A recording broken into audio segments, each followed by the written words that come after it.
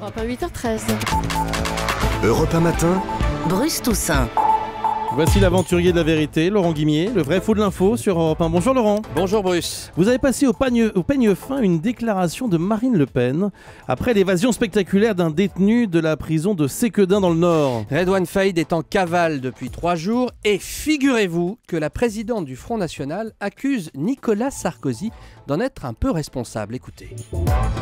C'est Nicolas Sarkozy qui a accepté en 2009 d'appliquer des règles qui sont des règles totalement folles, qui interdisent la fouille aléatoire des cellules. Donc maintenant, il faut prévenir le détenu qu'on va fouiller sa cellule. Attention, demain matin, il y a la fouille de la cellule.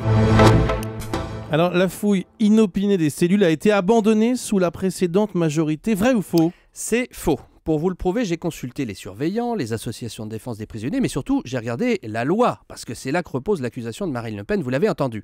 La présidente du Front National nous parle d'une disposition adoptée en 2009. Qu'est-ce qui s'est passé en 2009 ? Cette année-là, effectivement, l'ancienne majorité a adopté une loi pénitentiaire qui a fixé de nouvelles règles du jeu sur la vie en prison, et notamment sur les fouilles. Fouilles des cellules, fouilles au corps. C'est un sujet sur lequel la France était à l'époque épinglée. Des cas de fouilles au corps, notamment jugés vexatoires par des instances internationales.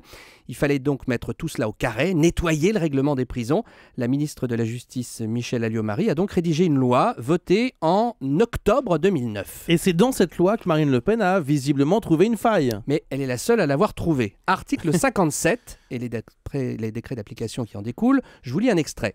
Les fouilles doivent être justifiées par les risques que le comportement des personnes détenues fait courir à la sécurité des personnes.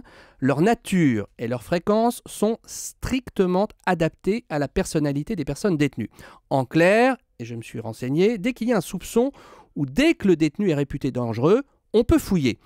La chose qui a changé avec cette loi, c'est que les surveillants doivent faire une demande formelle à leurs supérieurs pour fouiller. Mais cette demande reste confidentielle. On n'envoie pas un duplicata au détenu, comme le laisse entendre Marine Le Pen.